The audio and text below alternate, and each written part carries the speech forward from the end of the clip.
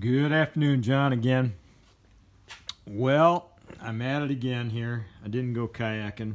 My back's hurting too bad. And it was saying possibly rain too this afternoon, but mainly my back is just killing me.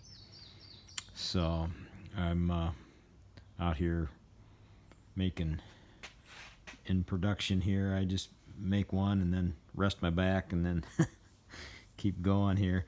But I've been giving out. I think the last two times I've given out two, so I'm kind of going through them faster. But I wasn't going to do another video today, but I just keep in my brain a few thoughts, so I figured I'd share them here real quick. I think it was it's called the Genius Act. Genius, yeah, real genius. That was just signed into law. And it reminds me, well, basically they're propping up the dollar because nobody's buying the debt.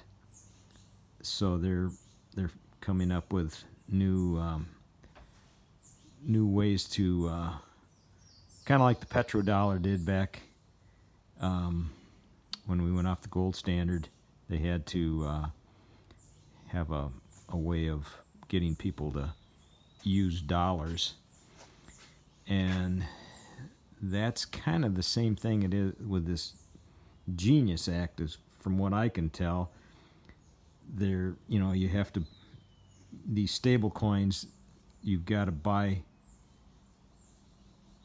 with dollars, which will be put into treasuries that will fund basically what's coming, a war. They want war. They're going to get war. They always do. Like the one in 1863, the Civil War. They did the bonds. I think the Confederate, I think it was by Cotton. I can't remember, but anyhow, it's all goes to the same, back to the same games. It just repeats, except now we got nuclear weapons. That kind of puts a whole different spin on the whole deal. I don't know if anybody will be able to survive that one. So anyhow, that's the one thought. Anybody else have any thoughts? And then obviously the form of currency that's going to be at the end, with the mark on the head and the hand. And the other thing I'm thinking is, people ask me why I'm making these these crosses and giving them out. It seems to me there was kind of a big event that happened about 2025 years ago. Would you not agree? It was big enough event that we measure time by it. 1 Corinthians 15, Paul pretty much spells it out. It's called the gospel, and he basically, I can't remember the text exactly, but basically in a nutshell, he's saying that he's sharing what happened, that we measure time by 2025 years ago. And that was such an event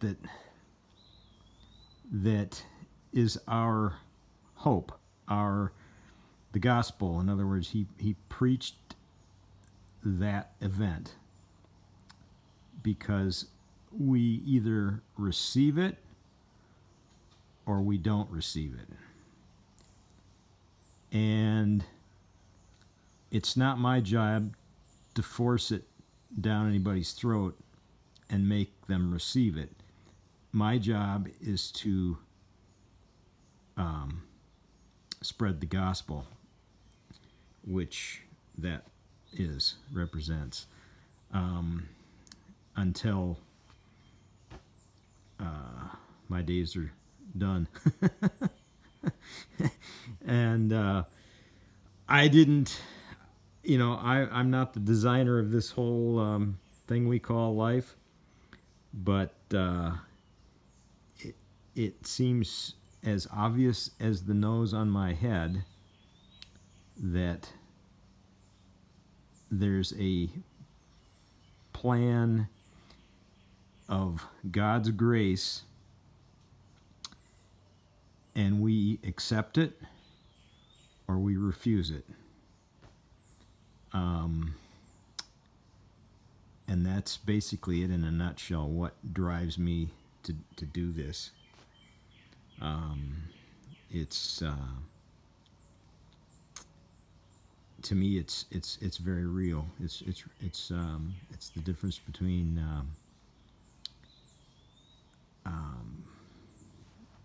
what Jesus did. He holds the keys to death and Hades and life, and he holds the keys to my existence. He holds the cells together, keeps them from flying off, and all that 150 zettabytes of information that's in my DNA. He holds it all together. So, and this is what I'm told to do, so I'm going to do it.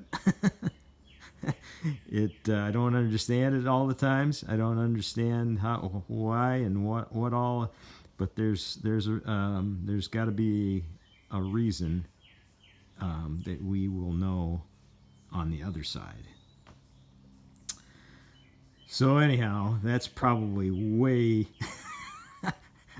out of the text that I just quoted from, but that's what my 3-pound pea brain can remember off the hand of reread it. Read 1 Corinthians, 1 Corinthians 15, and I'll have to reread it and see how I did. But basically, it's the gospel. Paul is telling to share, preach, and stand firm on that, what was done 2025 years ago, that we